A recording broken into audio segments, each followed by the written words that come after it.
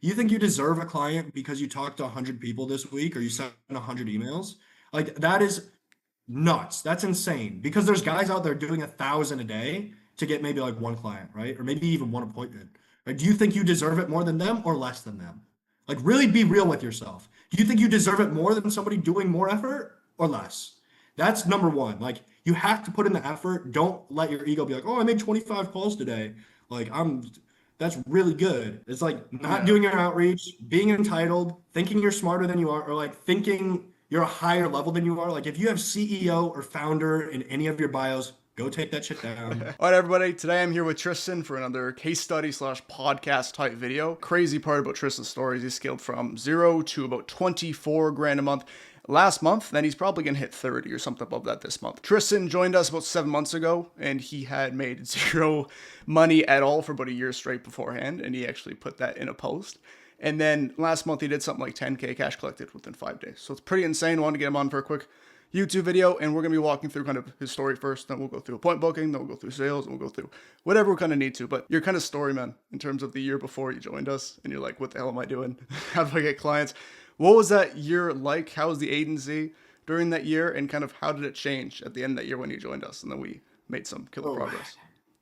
the first year of my agency was basically hell, and I wanted to quit. About like 3 months in, I was doing it on my own, right? We all start on our own, and there was zero traction, zero appointments being booked. I had no offer, I had nothing going for me, and just every day I wanted to quit, banging my head against the wall, doing cold calls, outreach. Nothing was really working because I didn't have like a system at all. That was for a year straight, zero money. I was making $0 to my name, going into credit card debt.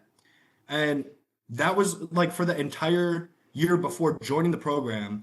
But not only was I just doing it alone, at several points throughout that journey, I invested in courses for like 5K here. I even ended up paying $15,000 for one-to-one mentorship with like a business guy, right? And Yeah. I essentially got zero results. That didn't even get me my first client. That 3 month program, and I did everything he said. I did the work. I was still working all this time, had zero results. That's where I was before joining LA. That sucks. Dude, this guy invested like I don't know how much you invested in a program before you joined us. We're like, this guy's insane. He already invested this much, and now he's investing this. It's insane. How did you for that? Let's say year, and you just want to quit every day. How did you stay motivated while doing that? Is it just self belief? It was just you wanted to see it happen eventually. Why'd you just keep going after a year straight? I made commitments to a lot of people I respected. Mm, So when I first started the agency thing, I got into it by like watching a media buyer course, kind of like that Iman Ghazi stuff. It wasn't Iman, but it was like, oh, this is the easiest way to make money. You're gonna start tomorrow and make 10K the next day. It's yep. literally the easiest thing. Yep. And I like got into it. So I met with all my like rich friends that I really looked up to, and I was like, "Yo, I'm gonna start this marketing agency. I'm gonna get it to 100K a month, like Mm, within a year." mm. And I'm like, if I don't XYZ, like don't be friends with me, don't talk to me. Like I burned the boats. And my most successful friend that I had who was doing over 100K in like various business ventures was like, "Okay, you currently have a sales job. You need to quit that and burn the boats if you're actually serious about this." So that's what I did. Like I just straight up quit quit my job, started this agency, and I knew zero about acquisition. Mm, Despite working in sales for 4 years, it was more like corporate or like inbound mm. sales. I didn't really know how to do any actual acquisition or craft an offer or do anything. After struggling with all of that, I made the commitments to everybody I respected. So I had no way out. But if I just wanted to not be a man of my word, I could have just quit. And every day I did want to quit. And really, about 6 months, 7 months, 8 months in, with no results, and I'm working every day. This isn't like a part-time thing, like, oh, on the weekends. It was honestly just like praying, bro. Just knowing I wanted to quit so bad and knowing this is where everybody gives up. This is Mm-hmm. the bottleneck. If I make it through this time, like I can be successful. And honestly, bro, like I literally was just like praying about it and like asking for strength to just go one more day to see if I could like get a client. Yeah. And also like my dad died when I was younger. Honestly, one thing that kept me going is I literally just in my own head was like, if my father was watching me, like what would he want me to do? Would he Mm. want me to just and give up, or would he Yeah. want me to like suffer and like go through the pain to like be successful? Yeah, that's a crazy motivator, man. Yeah, that's absolutely insane. I did a very similar thing in terms of telling everybody that I was going to quit. I was working at this restaurant. It was like a fine dining restaurant, making tons of cash. I basically told them in 2 to 3 months, I'm going to be probably out of here. And like the agency, I had no clients. I had no idea what I was doing. And I had to quit. Like I had to make my own money somewhere else. I think that's one of the strongest ways, especially like you said, people to respect, like you actually respect. You want to go, if this guy doesn't see me do this, then he's gonna think of me a certain way or something like that. Yeah, it's super strong motivator. So in terms of the more fun stuff or tactical things that people are watching this for, in terms of the stuff we implemented, let's say after the onboarding call we had, whatever, 7 months ago, is there any tactical things that you implemented and said that was crazy good? And what did we plan out? What were the daily actions you took and actually got your first few appointments, a first few sale, a few weeks after we had that call? What was that like? All of it, bro. Literally, so coming in, I had kind of an idea of a few niches that I wanted to like niche down into. I didn't know, despite reading Hormozy's book, you don't know how to make an offer. If you Yes. don't have clients, you don't know how to make an offer. Like lower your ego, bro. If you're at 0K a month right now, 1K, 2K, 3K, your offer sucks. Like you don't know. So when I came into LA, it was pretty much first like, okay, you're actually building a business now. So you have like an avatar who you're going to target and you build your offer. You actually craft your offer. That alone, like pretty much would cover the investment because all these other like programs and courses, they skip all the important like fundamental stuff that you get 100%. right on day one with 100%. LA. This takes like one day, right? And then with the cold calling kind of like course and modules, you get the power dialer. So I didn't know what software I should be using. When I was cold calling before, I was doing manual dials and I was working for companies cold calling. So you would think I would know, but I didn't know that. I just didn't know what I didn't know. Yeah. Right. So I got in, got access to that, kind of learned how to scrape the leads for the niche that I was like dedicated to. And then I literally just wrote the script on my offer, like the outline that we got. First day, I was so nervous to get back into cold calling, which is completely normal. Even though I had done it for years, just so nervous to do it like on my own. But the first day I made like 80 calls and it was to leads that I knew like weren't very good. But just to get in the habit of like actually making the dials. Yep. About like the second day, I was doing like 100 and then I was like tired of having low quality leads and I was like, I just want to talk to someone now, man. So I switched to what I knew would be higher quality leads and I literally did 200 dials and I booked one appointment. The one appointment that I did book, like obviously that didn't close. That was my first appointment ever. Yeah. Some people do close those, but that was just like the momentum. I was like, oh, this works. Like, Yeah. that was the first appointment I had gotten in months that was out like It's the outbound. it's the cold- first positive feedback loop you ever had. So you're like, oh shit, Yep. this is different. So that must have been crazy. Yeah. And then the next day, it was like my third or fourth day of actually dialing. I did like 330 like actual outbound dials. And then I think I booked like a few appointments. I think I booked like two or three. Kinda And I remember was that. in the chats. I was like, this is awesome, bro. I was like, this program's awesome, dude. Like, I was so because you think about it, like if you're doing zero appointments right now, you don't know how to do outreach and you probably don't have good offer. And Totally. like that's the first steps. That only takes like a week. Yeah. Like less than you could get that done in a day or two. But that was really what I learned to start booking appointments. And then you get to move on to like your sales bottleneck. 100%. Absolutely.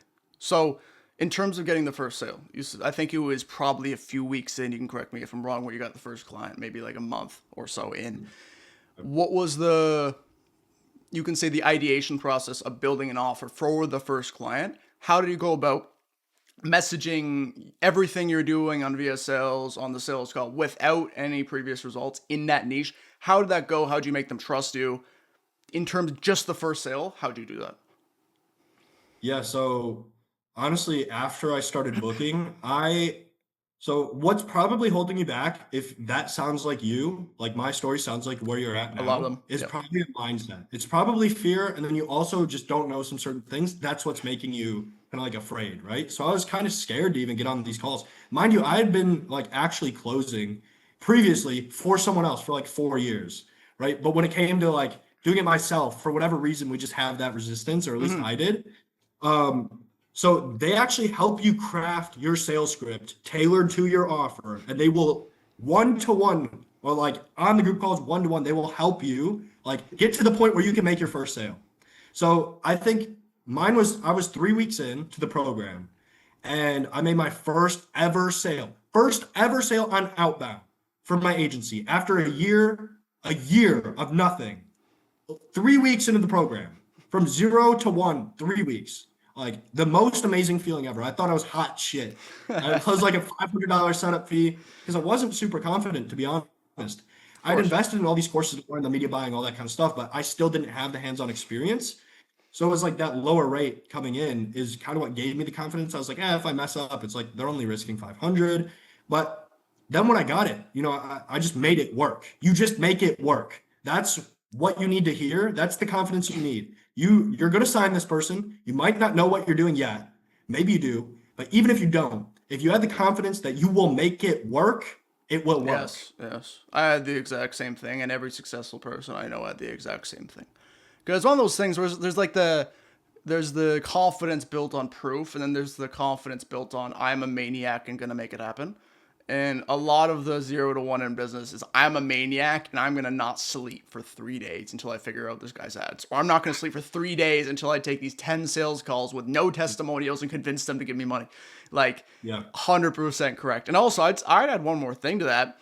You weren't stupid and started charging 6K PIFs off the bat or 2K a month retainers for these clients where you had no results yet. You were at least humble enough to go like, let's get a few clients, kill the testimonials, get amazing case studies from these guys, and then we'll increase the price, because people buy courses and the courses basically teach like, oh, Trojan horse into a 2K PIF the first month, but the first month you're not going to get them a 5x return because then you don't know how to do service delivery yet. So it's just so stupid. Like, to me, it's insane. And then a lot of them don't teach you the 0 to 1. Like, that's why we do the onboardings. That's why the foundations, all that stuff. That guy that I signed for 500, he's still with me. He's paid me a total of, I think, like, it's about to be 9K. So it's been 6 months and he's never even considered like leaving anything. So sometimes even getting your foot in the door, you get the experience, but if you provide a good result, the money's on the back end, bro. Like, stop. If you're Yes. just in the beginning, stop worrying about collecting up front.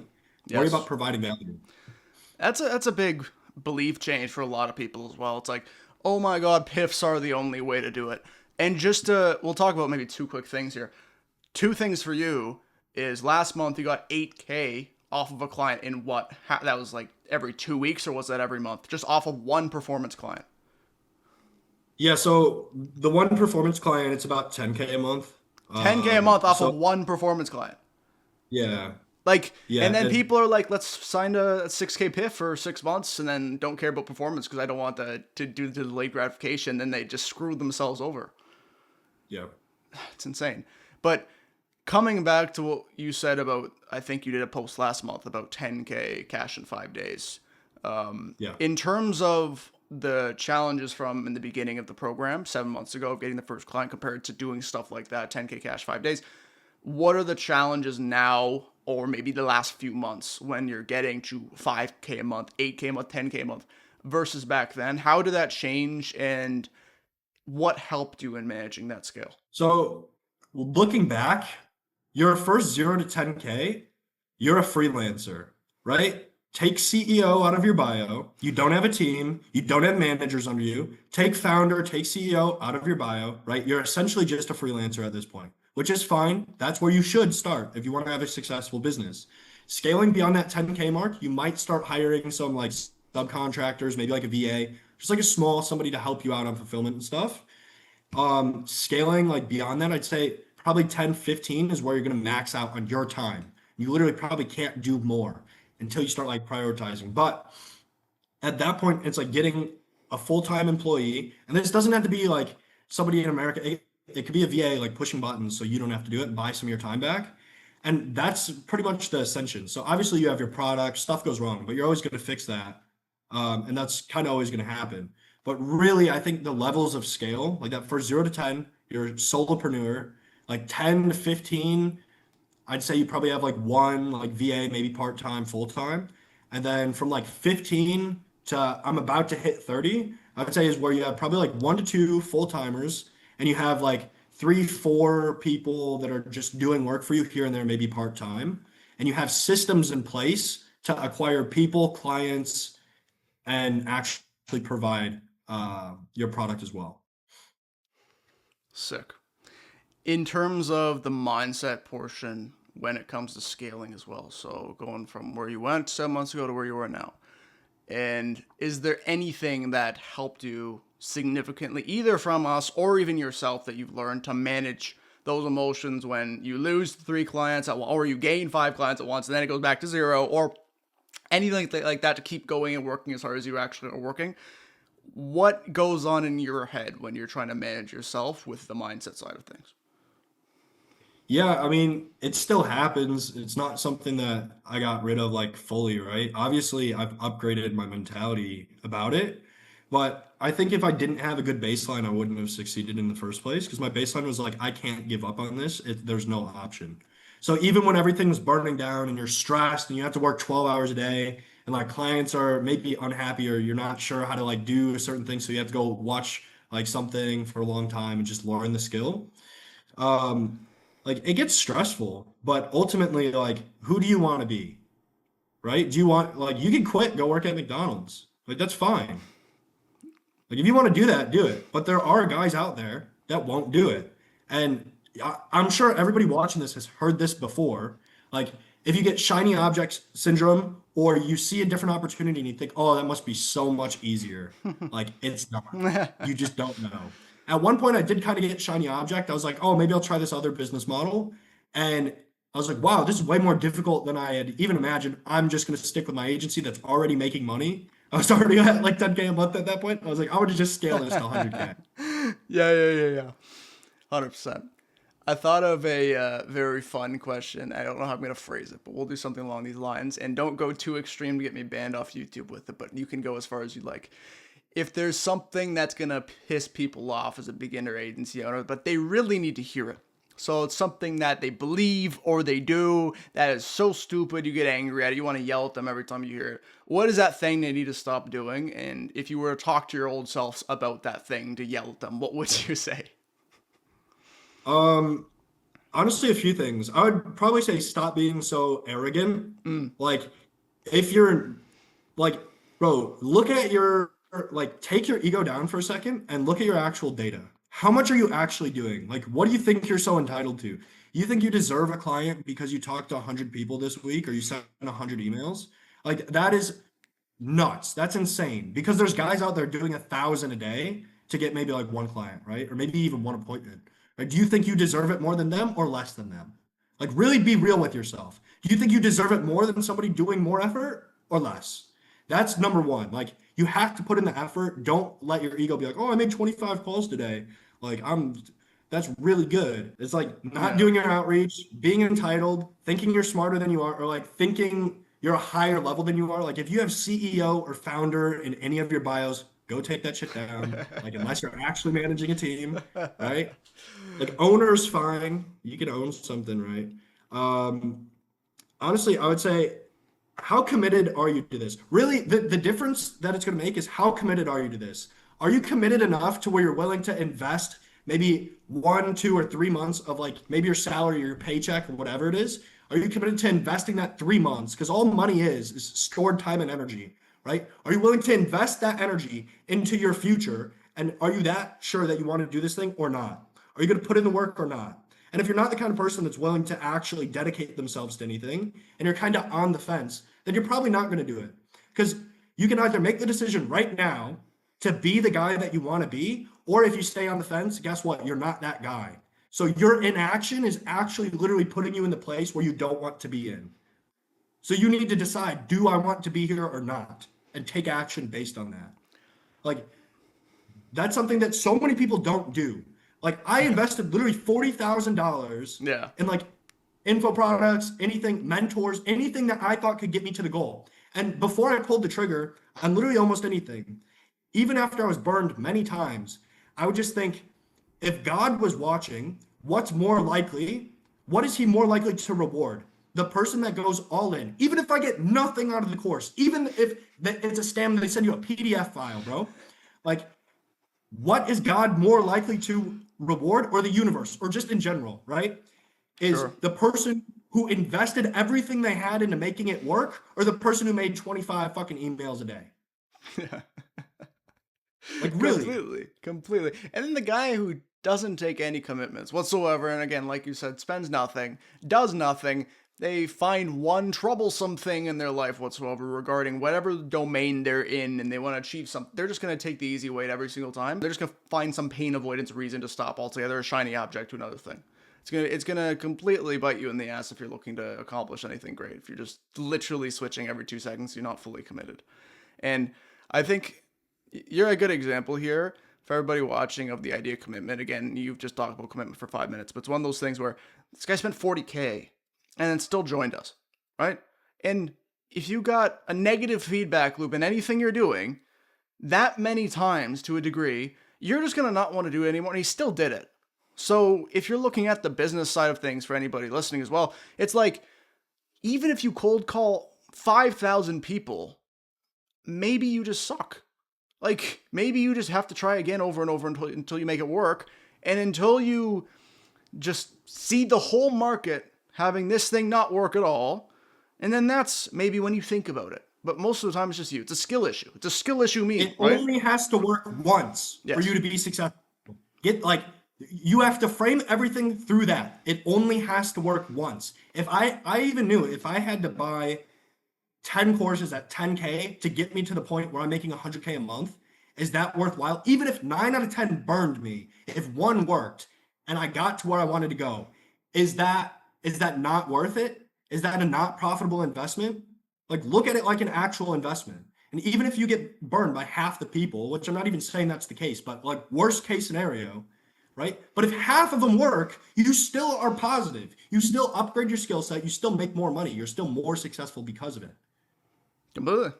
Yeah, it's just a trait of risk taking, right? I've always said to everybody in our company when we're on a group call with Triston or something, Triston doesn't think about risk, right? I hope that everybody realizes that. And again, at least I don't see you ever like being indecisive about, I want to do this, but there's trade-offs here, but I have reluctancy to doing this. Triston just jumps right in and does it and tries it before making any assumptions about it, right? And everybody needs a lot more of that, if I'm going to be honest. And again, over confidence in risk in general, like I'm going to jump off this cliff and think I'm going to survive, probably stupid.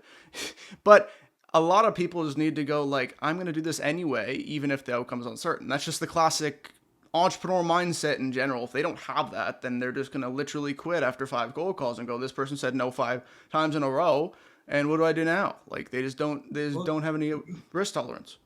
The real thing is there's no risk. Whatever you think, if you're not at a level where you have employees that you're taking care of, there is actually no risk, especially if you don't, unless you have like a newborn child and like you're really cutting it, bro, whatever.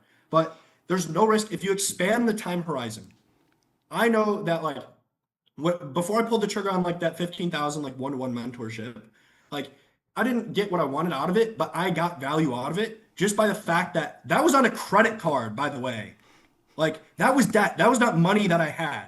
But I knew, I was like, if I put myself into this debt, it has to work because I'm not the kind of guy that's just going to let this happen. Yes. And like just get fucked by this. And I just expanded the time horizon. So what you're probably thinking is right here and right now in the present moment, which is a stupid way to think because you'll barely make any good decisions ever.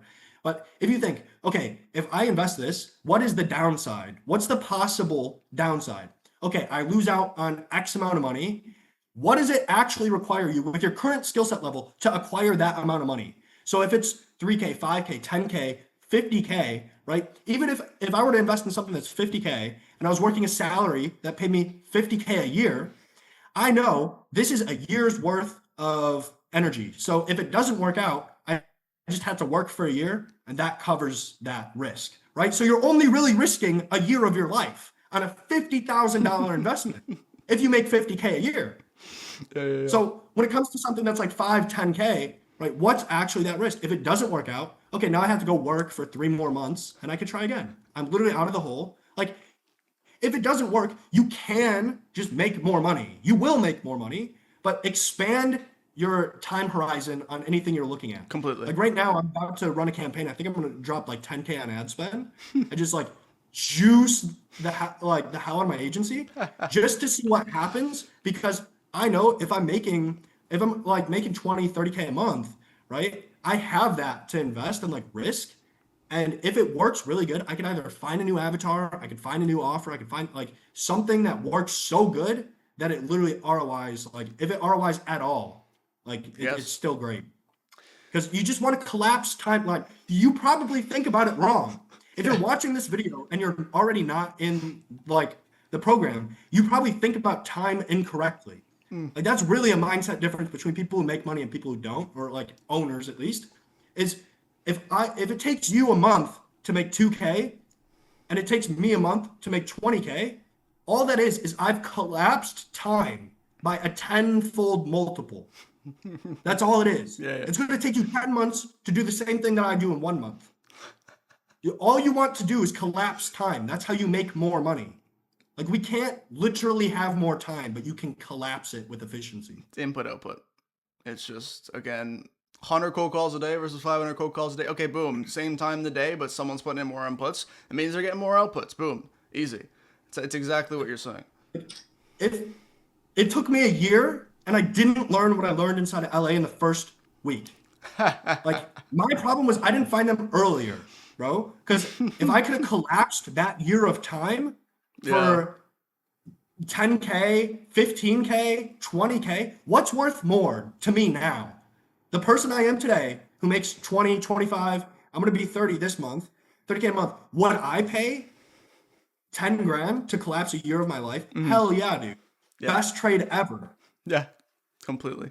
It's again, you pay with time or money, right? It's classical. It's just 100%. You pay for knowledge or time or money. You can fail on something for a year straight, or a person just pays for the failure already and they pay for it and they get the first month, they just do it, right? I'm gonna say one more thing, then we can wrap things up with like maybe one or two more questions after. But I think what you said is super important regarding, hey, look, I bought 40K worth of courses, but I still got this from this because it put more risk, which means I have more urgency. That's a classic example, and I'm just thinking of this because it's such a abnormal example, because I think 99% of people from that would go, screw you, I'm done with this thing, and let's quit. It's the stimulus response. So basically there's a quote in a fantastic book by Viktor Frankl, which says, between stimulus and response, there's a pause, and then the pause determines your fate. So again, you have a stimulus of something happened, and then you can either come to the response and go, oh, this thing happened, it sucks, like immediately just form a judgment about it. Or you can like pause and say like, what is the right way to view this? Even if it's somewhat delusional, if I believe this is beneficial for me in a certain way, how's that going to influence my behavior? And if the behavior changes positive, then you might as well believe it, because you're going to get what you want faster than the person who doesn't. So I thought that was an abnormal example, and I thought of that quote because everybody's not going to think that way, and that's why they're not going to make any money. That's not why they're going to do it. All right. Belief is reality. Yep, it determines everything how you act, right? Like, it's completely right. Yeah, I just think a belief influences behavior. If someone doesn't believe something, they're not going to do it. They're not going to have the form of reality whatsoever. Not going to act it out. So, for one of the last questions, if you can maybe summarize, like, let's say, one or two of the biggest needle movers in your agency from getting it to that 10K mark or even the 8K mark, because I think that's what everybody watching this actually wants ASAP, and they're super impatient to get it. What would that be for them to break a belief or act out something? Whatever advice you like to give to them, what would that be that you'd say? Yeah, I mean, the 0 to 10K, like literally all that is, because you're the bottleneck. It's really your beliefs, honestly. So what you really need is you need a proven system. So something that you know works to at least get you to where you want to go, which is appointments and then sales, right? So for me, that was cold calling. Like I joined LA, I literally got the template on how to do it. And like it was already a proven system. And then number two is you actually have to do the work. I want more people in the program that are willing to do the work, because we all hang out, because we all are successful. Anybody that puts in the work with the frameworks that we're given, make money, and then we all hang out together. Yeah. You just have to do the work. Just do the dials, bro. Do the 100 a day, whether you feel like it or not. If this is really that important, you'll do it. Whatever belief you need to have in order to do that, that's your prerogative. Like you're responsible for your beliefs. You need to install a belief that the output equals you will do the actions required that you set, that you predetermine. Yes. 200 dials a day, or your 100 dials a day, or I'll book one appointment before I stop cold calling for today. Yes, completely.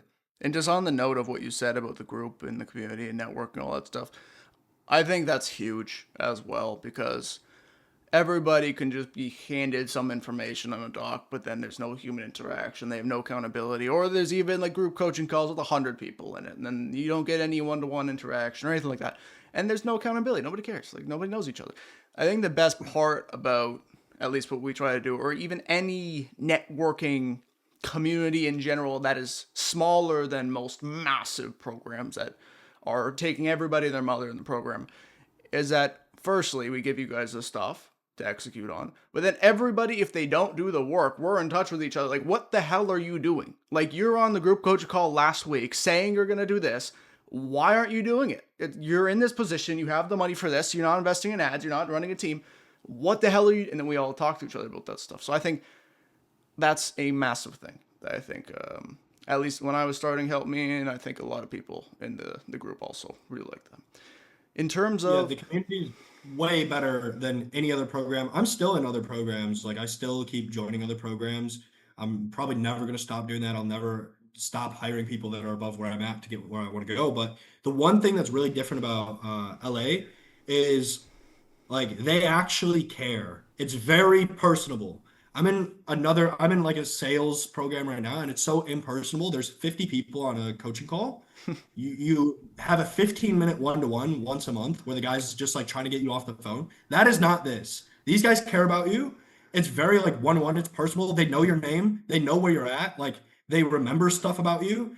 And if you need to talk to anybody one-on-one because you're struggling or bottlenecking in a certain area, you have that availability.